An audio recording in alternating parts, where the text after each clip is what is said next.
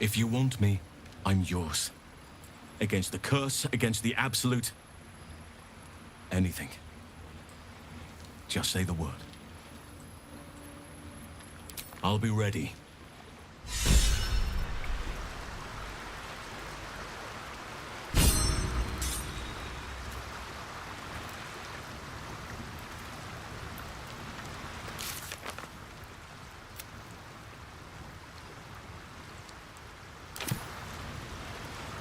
You wish to consult me? A disparate collection of vagabonds and strays. Did you have anyone particular in mind?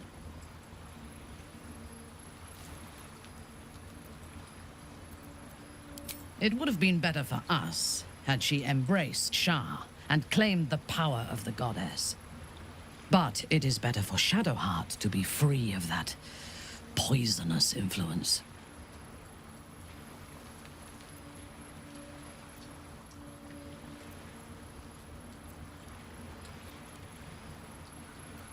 The Night Singer has some admirable qualities. Far more than her insipid sister. But her followers are repressed. Take the child Shadowheart.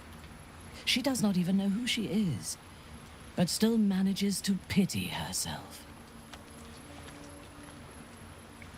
The very concept of Sharan worship is self-indulgent. They would have you think every whispered word and hidden thought is of value, but it is not so. I have performed 1,000 interrogations, squeezing out the most guarded secrets held in heart, mind, and soul. I can tell you this. When the trivial parts have been whittled away and I have sifted through what remains, in most cases, a person amounts to nothing at all.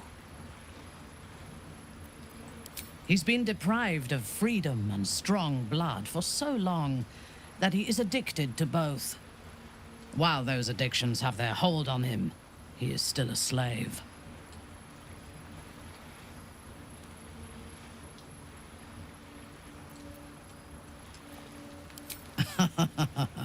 No. He is well aware that I would exsanguinate him entirely if he flashed his fangs at me.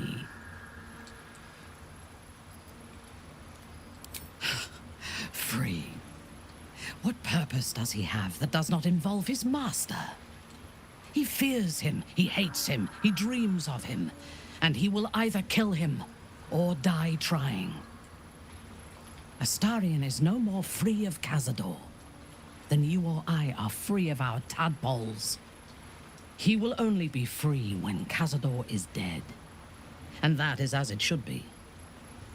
When the time comes, we must hope that he does not only take Cazador's long life, but the power that has sustained him as well. I have encountered few Githyanki in my life.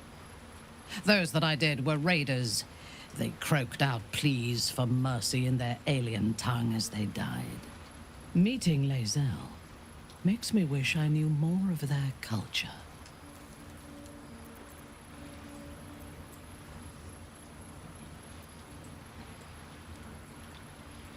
To one who only sees the surface of things, perhaps.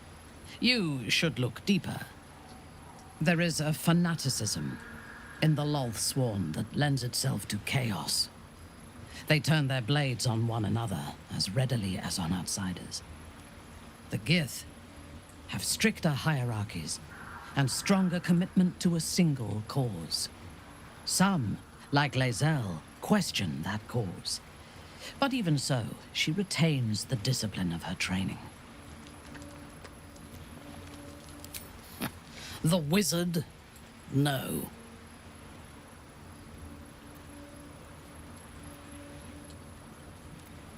It is pointless.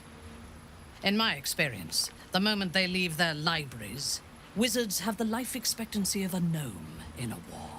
Either the enemy recognizes they are a threat and kills them swiftly, or their curiosity leads them to combust while experimenting with the limits of magic.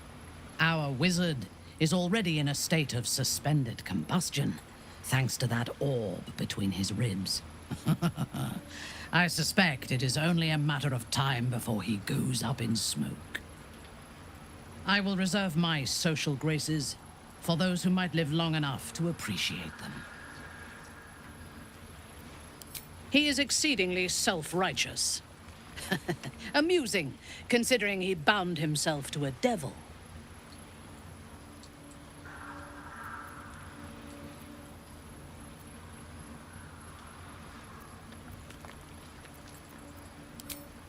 Will doesn't just have blood and dirt on his hands.